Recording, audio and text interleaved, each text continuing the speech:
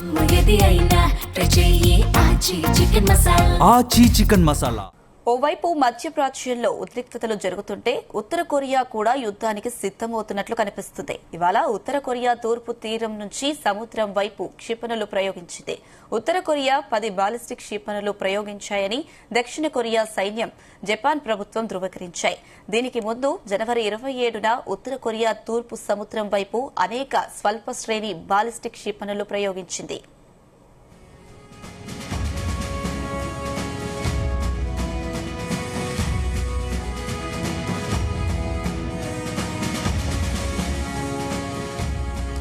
ఇదే అంశానికి సంబంధించి మరిన్ని అప్డేట్స్ మా చీఫ్ న్యూస్ కోఆర్డినేటర్ రాధాకృష్ణ అందిస్తారు. రాధాకృష్ణ. Good afternoon Usha. ఒకవైపు పశ్చిమాసియాలో మొత్తం యుద్ధ వాతావరణంతో బగ్గుమంటున్న వేళ ఇప్పుడు తాజాగా ఉత్తర కొరియా చేస్తున్నటువంటి క్షిపణి ప్రయోగాలు మొత్తంగా కూడా ప్రపంచవ్యాప్తంగా సంచలనం రేకెత్తిస్తున్నాయి.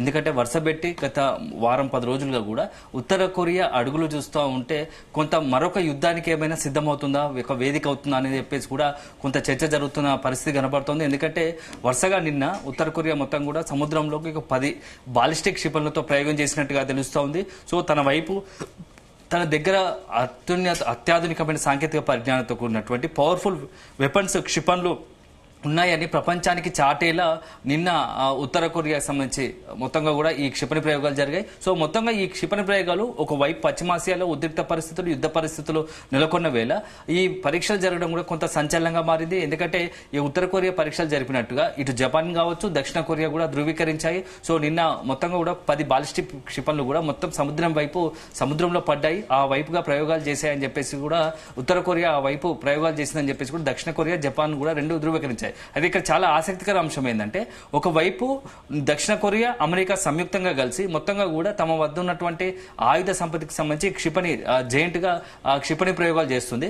దీని కౌంటర్ గా ఉత్తర కొరియా ఇప్పుడు దానికి కౌంటర్ గాని క్షిపణి ప్రయోగాలు చేయడంతో సో మొత్తంగా కూడా ఏదైనా యుద్ధ వాతావరణానికి, యుద్ధానికి సిద్ధమవుతుందా అని చెప్పేసి కూడా ఒక చర్చ జరుగుతోంది. ఎందుకంటే ఇప్పటికే పశ్చిమాసియాలో పరిస్థితులు ఎంత తీవ్ర భయానకంగా, భీకరంగా ఉన్నాయో అందరికి తెలిసిన విషయమే. ఎందుకంటే పెద్ద ఎత్తున యుద్ధం కొనసాగుతోంది. 2 వారాలైంది యుద్ధం కొనసాగబట్టి ఇరుపక్షాలు కూడా వెనక్కి తగ్గలేని పరిస్థితి. ఇదే సందర్భంలో ఇప్పటికే అమెరికాకు వ్యతిరేకంగా ఇరాన్ కు మద్దతుగా ఉత్తర కొరియా నిలిచింది. ఉత్తర కొరియా అధ్యక్షుడు ఇంత ముందుకే ప్రకటించారు, ఇరాన్ కు మా మద్దతు ఉంటుంది. సో ఇరాన్ ఒకవేళ కనుక అవకాశం ఉంటే మా మద్దతు కొడితే ఖచ్చితంగా యుద్ధంలో పాల్గొని అమెరికాపై ఒక్క బాంబు వేస్తాం చాలు, ఆ ఒక్క బాంబుకే మొత్తం కూడా కంప్లీట్ గా స్మాష్ అవుతుంది అని చెప్పేసి కొద్ది రోజుల క్రితమే కిమ్ ప్రకటించిన పరిస్థితి కనబడుతుంది. అట్లా ప్రకటించడం మధ్య గ్యాప్ లోని 3-4 రోజుల గ్యాపులతోనే వరుసపెట్టి నిన్న మొన్న ఈ రోజు జరుగుతున్న పరిణామాల నేపథ్యంలో ఎక్కువ కూడా అంటే తన వద్ద ఉన్నటువంటి ఆయుధాలను ప్రపంచానికి చాటి చెప్పేలా కిమ్ నిత్యకృత్యంగా ప్రతిరోజు కూడా తన ఒక మొత్తం ఆయుధాల చుట్టే, తన క్షిపణి ప్రయోగాల చుట్టే తను మొత్తం ఎంత సీరియస్ గా వాటిపై దృష్టి పెట్టాడో, కాన్సన్ట్రేట్ చేశాడో అనే విషయాన్ని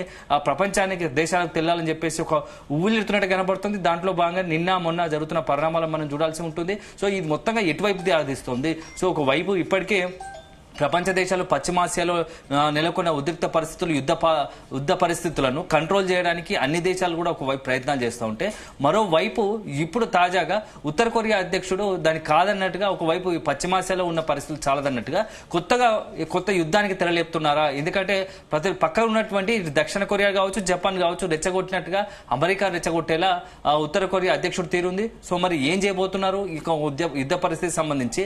ఇప్పటికే ఒక రకంగా ఈ యుద్ధం కనుక ఇప్పటికే పశ్చిమాసియాలో నెలకొన్న ఇరాన్, ఇజ్రాయెల్ సంబంధించి యుద్ధం కనుక మరొక కొద్ది వారాల పాటు కొనసాగితే ప్రపంచ దేశాల్లో ఒక పెద్ద తీవ్ర అలజడి, ఆర్థిక పరిస్థితులు చిన్నాభిన్నమై ఒక రకమైన ఇబ్బందికర పరిస్థితి మొత్తం ప్రపంచ దేశాలు, అన్ని దేశాలు కూడా ఆర్థికంగా కుంగిపోయే పరిస్థితి కనబడుతుంది. ఇలాంటి తరుణంలో ఇప్పుడు దీనికి చాలన్నట్టుగా ఉత్తర కొరియా అధ్యక్షుడు కూడా మరొకసారి ఇట్లాంటి ప్రయోగాలు చేయడం, క్షిపణి ప్రయోగాలు చేయడం, బాలిస్టిక్ క్షిపణి ప్రయోగాలు చేయడం ఎవరి కోసం, ఎందుకోసం చేస్తున్నాడు ఈ తరుణంలో? అంటే ఎవరిని బెదిరించడానికి, ఎవరికి ఒక మెసేజ్ ఇవ్వడానికి? అంటే ఇరాన్ కు నేను మద్దతుగా ఉన్నాను, సో ఇరాన్ కు నేను సహకరిస్తాను, నా మద్దతు తీసుకోండి అని చెప్పేసి ఇరాన్ కి ఏదైనా మెసేజ్ ఇస్తున్నాడా? లేకుంటే మీరు కనుక ఇరాన్ మీద ఇచ్చిన దాడులు చేస్తే ఖచ్చితంగా దీనికి సంబంధించి మీరు ప్రతీకార దాడులు కూడా ఎదుర్కోవాల్సి వస్తుందని చెప్పేసి అమెరికాకి హెచ్చరిస్తున్నాడా? ఇవన్నీ చూస్తూ ఉంటే ఉత్తర కొరియా అధ్యక్షుడు కిమ్ తీరు ఇప్పుడు తీవ్ర చర్చనీయాంశంగా మారింది, సంచలనంగా మారిందని చెప్పవచ్చు. సో మొత్తం పరిస్థితులు చూస్తూ ఉంటే ఒకవైపు గత 2 వారాలుగా చూసుకుంటే ప్రపంచంలో ఒక అలజడి చేరరేగింది. సో కేవలం ఇరాన్, ఇజ్రాయెల్ మధ్య అమెరికా ఏదైతే ఇజ్రాయెల్ వెనుక ఉండి యుద్ధం నడిపిస్తే అది కేవలం ఆ దేశాలకు మధ్య 3-4 రోజులు యుద్ధం ముగుస్తుంది. ఇరాన్ ను దెబ్బతీసి ఇరాన్ తన పూర్తి స్థాయిలో కంట్రోల్ పెట్టుకోవచ్చు, ఆ ఇరాన్ తమ కంట్రోల్లోకి వస్తుందని చెప్పేసి ఇజ్రాయెల్ అమెరికా భావించాయి. కానీ అక్కడే మొత్తం అమెరికా అనుకున్నట్టు ఆలోచనలు కావచ్చు, అమెరికా ఏదైతే అనుకున్న వ్యూహం మొత్తం కూడా బెడిసి కొట్టిందని చెప్పవచ్చు. సో ఎప్పుడైతే గత 2 వారాలుగా కూడా అమెరికాకు సంబంధించి ఇజ్రాయెల్ సంబంధించి ఇటు ఇరాన్ ప్రతీకార దాడికి ఎదురు దాడికి దిగిందో అప్పటి నుంచి కూడా అమెరికాలోనే కొంత డైలమాలో పడ్డ పరిస్థితి. ఇజ్రాయెల్ అయితే ఇప్పుడు కేవలం అమెరికా ఏదైనా సహకరిస్తేనే ఇజ్రాయెల్ యుద్ధం చేయాల్సిన పరిస్థితి. ఒకవేళ కనుక ఉన్నటువంటి అమెరికా కనుక డ్రాప్ అయితే ఇజ్రాయెల్ పరిస్థితి గందరగోళంగా అయితే, ఎందుకంటే వన్స్ ఎప్పుడైతే అమెరికా కనుక వెనక్కి తగ్గితే ఇజ్రాయెల్ ను మాత్రం ఇరాన్ ఎట్టి పరిస్థితుల్లో ఉపేక్షించదు. సో దాడులు తీవ్రతరం చేస్తుంది. ఎందుకంటే ఇప్పటి వరకు అమెరికా ఉంది కాబట్టి, సో అమెరికా ఇజ్రాయెల్ ను ఏమి చేయలేక గల్ఫ్ కంట్రీస్ మీద అమెరికా సహకారం ఉంది కాబట్టి గల్ఫ్ కంట్రీస్ ని టార్గెట్ చేసుకొని ఇప్పటి వరకు ఇటు ఇరాన్ దాడి చేస్తుంది. కానీ వన్స్ కనుక ఇప్పుడున్న పరిస్థితుల్లో మెల్లగా అమెరికాకు సంబంధించి కొంత వెనక్కి తగ్గితే ఇజ్రాయెల్ మీద ఏకదాటిగా ఒక్క ఇజ్రాయెల్ టార్గెట్ చేసుకుని ఇరాన్ విరుచుకుపడే ప్రమాదం ఉంది. సో అల్టిమేట్ గా అమెరికా నమ్ముకున్న ఇజ్రాయెల్ కూడా పూర్తి స్థాయిలో విధ్వంసం నాశనమయ్యే అవకాశం కనబడుతుంది. సో అమెరికా కూడా ఇప్పుడు 2 వారాల యుద్ధం కొనసాగుతున్న నేపథ్యంలో ఏం చేయాలో దిక్కుతోచని పరిస్థితి. సో యుద్ధాన్ని ఎట్లా ముగించాలి, యుద్ధం నుంచి ఎలా బయటపడాలి, ఎందుకంటే ఒకవైపు అమెరికా నుంచి ఒత్తిడి, ఇంకా వితిన్ ద డొనాల్డ్ ట్రంప్ కు, అమెరికా అధ్యక్షుడు డొనాల్డ్ ట్రంప్ కు సొంత దేశంలోనే ఒకవైపు అలజడి, ఒక రకమైన వ్యతిరేకత, అసంతృప్తి. మరోవైపు ప్రపంచ దేశాల నుంచి కూడా ఇతరత్ర భారత్ తో పాటు అనేక దేశాలతో ట్రంప్ తీరు పైన తీవ్ర విమర్శలు వస్తున్నాయి. సో మీరు ఉన్నట్టుండి ఇరాన్ గెలికి అనవసరంగా దాని ఇంపాక్ట్ మొత్తం ప్రపంచ దేశం కాబడ్డది. మా దేశాల్లో ఉన్నటువంటి ఈ పరిస్థితులకు, ఆర్థిక పరిస్థితులకు, సామాన్య ప్రజలు ఎదుర్కొంటున్నటువంటి ఇబ్బందులకు మీరు కారణం కాదా అని చెప్పేసి అన్ని దేశాలు కూడా ఇటు అమెరికాను ప్రశ్నిస్తున్న ఆ పరిస్థితి కనబడుతోంది. ఒకవైపేమో పెద్ద ఎత్తున డబ్బు అమెరికా ఇరాన్ మీద దాడి చేయడానికి, ఇజ్రాయెల్ సహకరించడానికి ఖర్చు పెడుతోంది. సో దీనికి తోడు మరోవైపు ప్రపంచ దేశాలు, ఇతర దేశాల నుంచి అమెరికాపై ఒత్తిడి. సో ఇంకెన్ని రోజులు ఒకవైపు చమురు ఉత్పత్తులు, గ్యాస్ కొరత ఏర్పడుతోంది. దీనికి ఎక్కడ పులి స్టాప్ పెడతారు, ఎక్కడో దగ్గర దీనికి ఎండ్ కార్డు వేయండి అని చెప్పేసి అమెరికా. సో ఇంత దూరం తీసుకొచ్చి అమెరికా కనుక యుద్ధంకు ఆపేస్తున్నామని చెప్తే ఇరాన్ చేతిలో అది ఇజ్రాయెల్ అమెరికా సంయుక్తంగా ఓటమిని అంగీకరించినట్టు అవుతుంది. అది అల్టిమేట్ గా ప్రపంచ దేశం అగ్రరాజ్యంగా ఇన్ని రోజులు కీర్తి ప్రతిష్టలు అందుకుంటున్నటువంటి అమెరికాకి ఒక మాయని మచ్చ ట్రంప్ వల్ల మొత్తం అన్ని దేశాల ముంగట అమెరికా పల్చని అవకాశం ఉంది. సో ఇవన్నీ చూస్తూ ఉంటే మొత్తం పరిస్థితులు ఒక రకంగా ఎటువైపు దారితీస్తున్నాయి. సో దీనికి చాలా అన్నట్టుగా ఇప్పుడు ఉత్తర కొరియా అధ్యక్షుడు కూడా మిగతా దేశాలు రెచ్చగొట్టి దీంట్లోకి యుద్ధంలోకి లాగాలని చూస్తున్నారా, ఎందుకంటే ఇరాన్ పై అమెరికా దాడి చేస్తున్న నేపథ్యంలో అమెరికాను మరింత రెచ్చగొట్టేలా, అమెరికాకు సంబంధించి ఒక రకంగా పక్కలో బలంగా ఇట్లా కనుక ఒకవేళ బాలిస్టిక్ క్షిపణి ప్రయోగం చేస్తే అమెరికాను అటెన్షన్ డైవర్షన్ చేయొచ్చా అని చెప్పేసి ఒక వ్యూహంలో భాగంగానే ఉత్తర కొరియా అధ్యక్షుడు ఇలాంటి ప్రయోగాలు చేస్తున్నాడు అనేది మాత్రం మనం వేచి చూడాలి. సో మొత్తంగా ఓవరాల్ గా చూసుకుంటే ఇప్పుడు ప్రస్తుతం ఉత్తర కొరియా ఈ పరీక్షలు ఎందుకు చేసింది, ఉన్నట్టుండి ఒకవైపు పశ్చిమాసియాలో యుద్ధం జరుగుతున్న క్రమంలో ఈ యొక్క పరీక్షలు చేయడం వెనుక మతలబ్ ఏంటి, నిజంగానే ఒక ఉత్తర కొరియా వేరే దేశంపై ఏదైనా అటాక్ చేయడానికి సిద్ధపడుతుందా అనేది కూడా కొంత అనుమానాలు, సందేహాలు కలుగుతున్నాయని చెప్పవచ్చు. Anusha. Right Radhakrishna, thank you.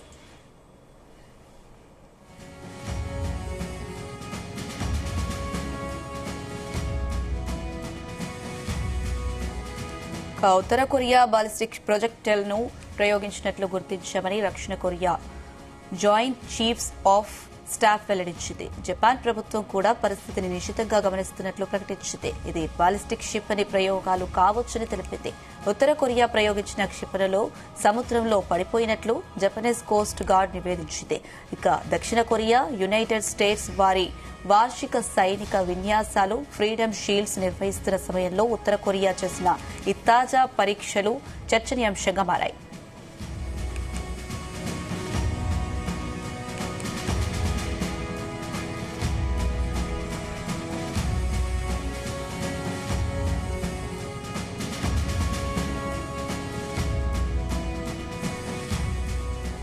Iran కొత్త సుప్రీం లీడర్ ముస్తఫా ఖమేనీ ఎన్నికకు ఉత్తర కొరియా స్వాగతించింది. అదే సమయంలో పశ్చిమాసియా దేశంపై చట్టవిరుద్దమైన దాడులకు ఇజ్రాయెల్ బద్ధశత్రువు అమెరికాను విమర్శించింది. ఇరానియన్లు తమ నాయకుడిని ఎన్నుకునే హక్కును ఉత్తర కొరియా గౌరవిస్తుందని పేర్కొంది. అలాగే ఇరాన్పై ఇజ్రాయెల్, అమెరికా దాడులు చట్టవిరుద్దం. ఇరాన్పై వారి సైనిక చర్యలు ఆ దేశ అంతర్గత వ్యవహారాల్లో జోక్యం చేసుకోవడం సరైనది కాదని తెలిపింది. ఇరాన్ సామాజిక వ్యవస్థను పడగొట్టే ప్రయత్నం చేయడమేంటి, ఇవి ప్రపంచవ్యాప్తంగా శాంతిని నాశనం చేయడంతో పాటుగా అస్థిరతను పెంచుతోందని ఉత్తర కొరియా పేర్కొంది.